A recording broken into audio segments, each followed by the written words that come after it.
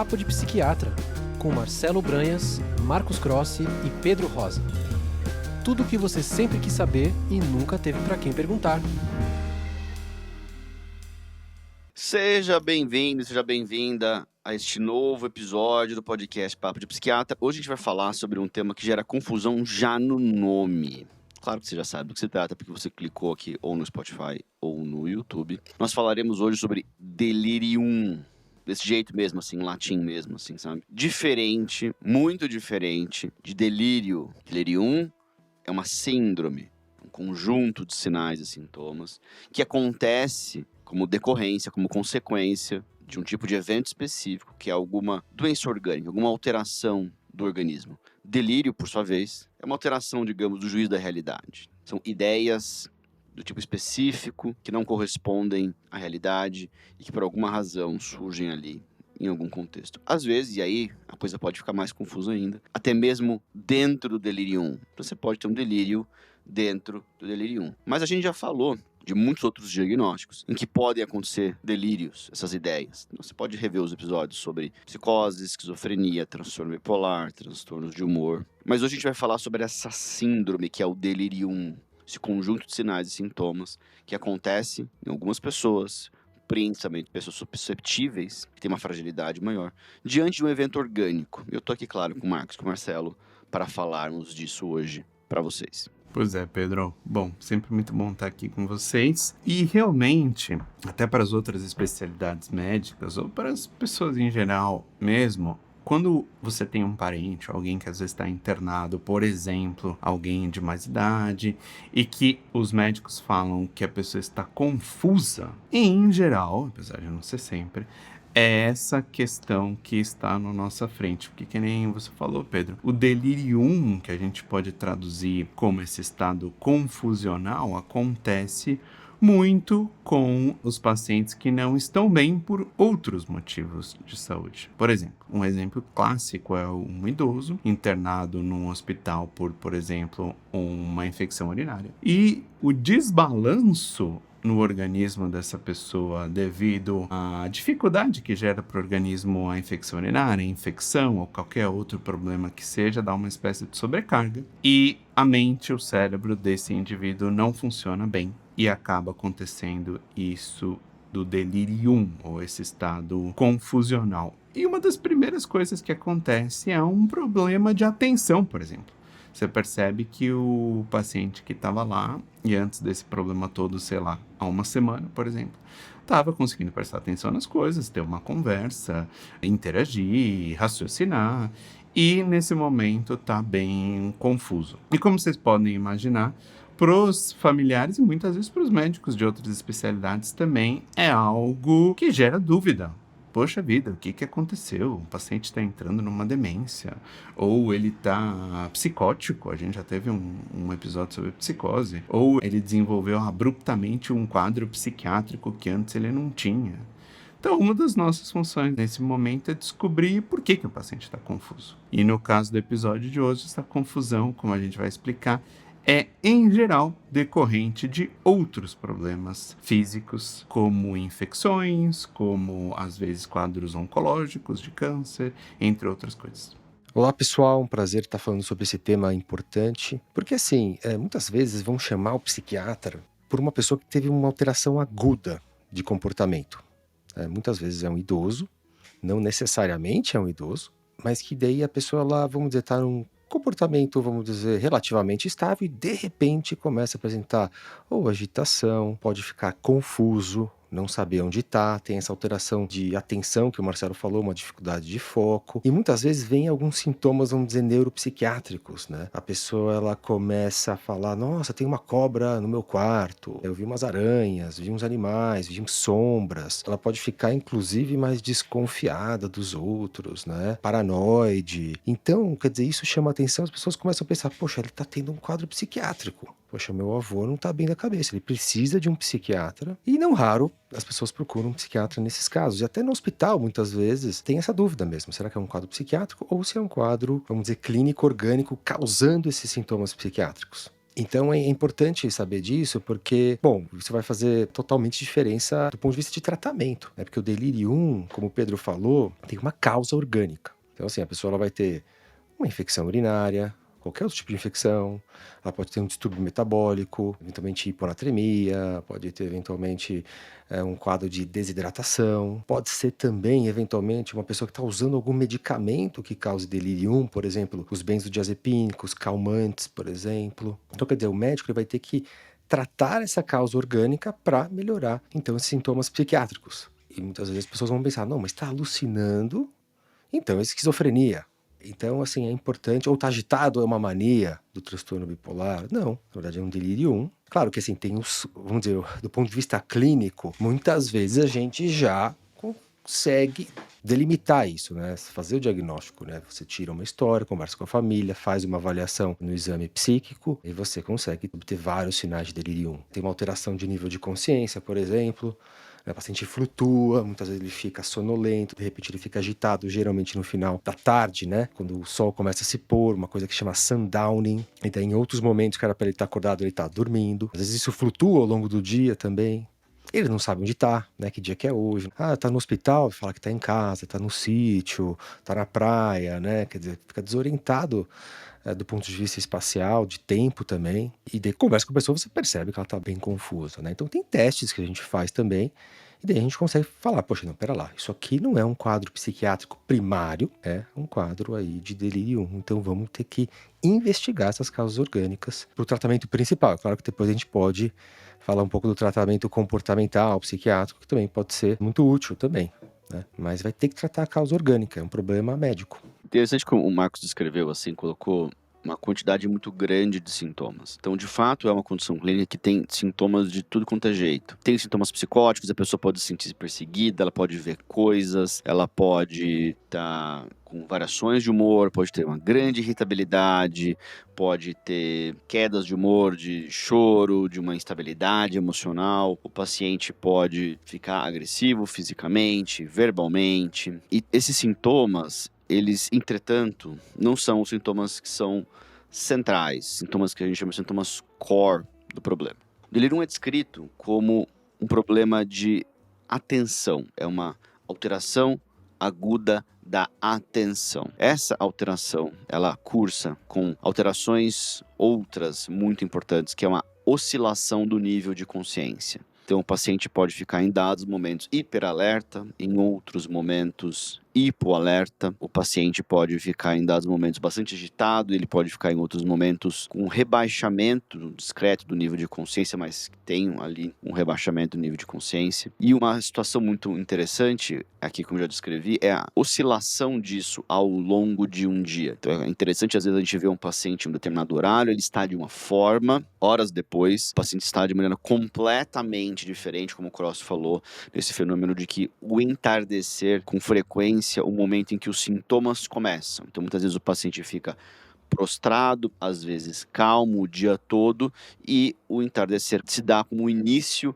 de longas horas de agitação psicomotora. Mas notem que não é nem as alterações afetivas, não é um delírio, não são alucinações, não é agressividade, isso não é isso que é o centro desse quadro. O centro é essa variação de nível de consciência, essa desatenção, essa dificuldade de manter o foco atencional de maneira intensa, com o surgimento desse sintoma de maneira aguda, não é algo que já existia previamente, é algo que é agudo. Essa síndrome, como a gente escreve dessa maneira, ela sempre vai ter que acender na cabeça do médico uma lâmpada de existe aqui uma causa orgânica. Às vezes, essa causa orgânica já é conhecida, ela já é óbvia. Às vezes, ela não é óbvia. Às vezes, ela é uma coisa que vai precisar ser investigada. Então, muitas vezes, o paciente tem sintomatologia urinária e chega no hospital, ele está confuso. Bom, um evento orgânico que frequentemente desencadeia delirium em pessoas idosas é uma infecção urinária. Porém, às vezes, o paciente chega no hospital confuso, sem que haja claramente ali alguém para a gente botar a culpa. Então a gente tem que encontrar alguma coisa para botar a culpa no delirium. E aí há necessidade de se fazer uma investigação com base nas comorbidades prévias do paciente, com base em achados claros de exame físico, com base em questionamento mais profundo a respeito de eventuais sintomas sutis ali que não foram percebidos inicialmente, né? O tratamento ponto central do delirium é tratar a causa orgânica do delirium. E vocês veem que essa é uma descrição completamente diferente de todas as descrições que a gente já teve com, nossa, qual é a causa do transtorno bipolar? A gente entende fatores que perpetuam, fatores que têm uma relação, mas não tem uma causa. Não, olha, a causa está aqui. Isso vale para todos os transtornos mentais, né? Assim, aqui é uma situação diferente. E vale lembrar, delirium, nesse contexto, assim, é uma emergência médica, um paciente que precisa ali, um quase de urgência emergência, um paciente que precisa ali de um apoio imediato, de uma hospitalização, de uma investigação e um tratamento assertivos, assim, dessa causa subjacente, né? Exato, Pedro. Então, eu acho que nem vocês falaram, é muito importante sempre se buscar essa causa, e às vezes a causa não é tão óbvia assim. Por exemplo, às vezes um paciente que não conta ou não tem crítica. Às vezes a gente sabe que pacientes, às vezes, que têm um uso de álcool muito intenso, querendo um transtorno por uso de álcool. E a abstinência do álcool no hospital também pode causar um delírio, um tipo de delírio. E às vezes acontece, o paciente ele é internado por algum motivo, às vezes um motivo nem tão grave assim, por assim dizer, vai fazer uma cirurgia, alguma coisa até eletiva, no sentido de programada antes, mas no hospital, obviamente, fica abstinente do álcool. E pode acontecer dessa abstinência ser tão intensa a ponto de causar uma confusão grande. Claro, com outros sintomas associados a isso, chegando às vezes até num quadro de delirium tremens, que é um quadro mais grave de abstinência de álcool. Entre outras medicações, que nem vocês comentaram, às vezes o paciente ele usa alguma medicação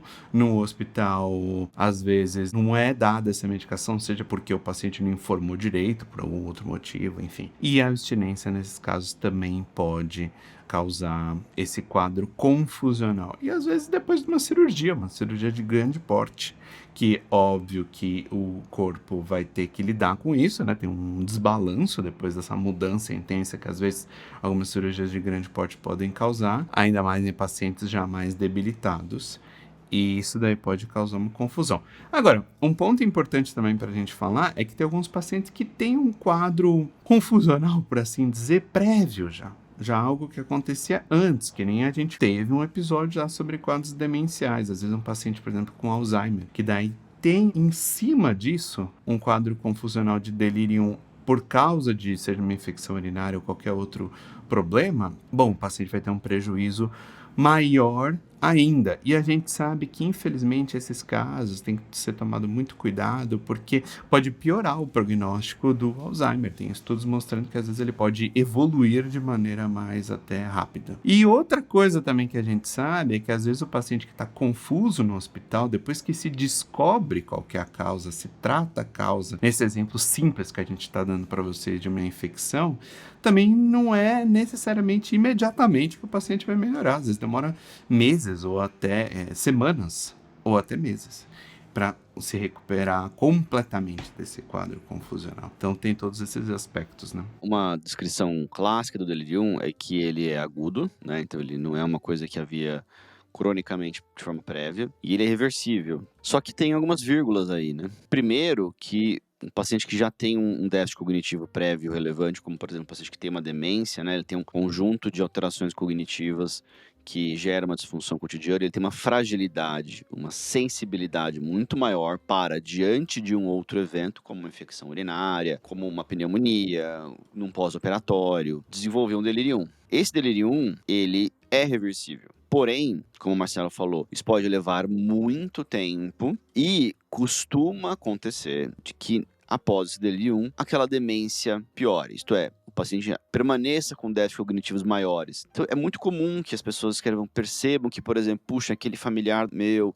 pai, a minha avó, depois que tiveram aquela confusão, foi para o hospital com uma pneumonia, estava confuso, a pessoa não voltou com o mesmo nível cognitivo que tinha antes. A memória piorou, a função executiva piorou, e isso tende a ser daí muito possivelmente permanente, ainda que a pessoa já não esteja mais confusa, com atenção gravemente alterada, desorientada e com essas oscilações do nível de consciência, né? Ou seja, tem uma questão aqui que a gente tem que pegar a descrição clássica e a gente tem que pegar aquilo que a gente observa na prática, que é muito evidente e que é amparado pelos estudos de segmento, né? Pessoal, importante então lembrar, nem todo sintoma psiquiátrico né, comportamental, significa que a pessoa tem um transtorno mental por trás, né? Então, delirium é um grande exemplo disso. E o delirium, né, é interessante assim que tem dois subtipos, né? Tem um tipo de delirium que é um subtipo mais agitado, que a gente denomina como hiperativo. Geralmente são pacientes que dão mais problemas ali para a equipe, são pacientes que vão precisar medicar do ponto de vista como antipsicótico, por exemplo, eventualmente até uma certa contenção.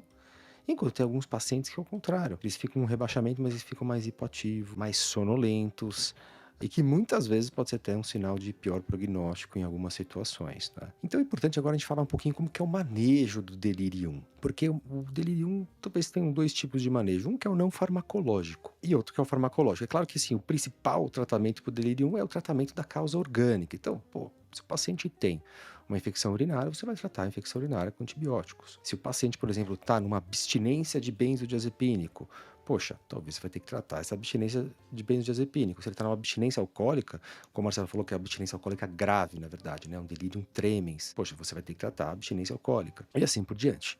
Né? Se o paciente está com muita dor, você vai ter que otimizar o tratamento de dor.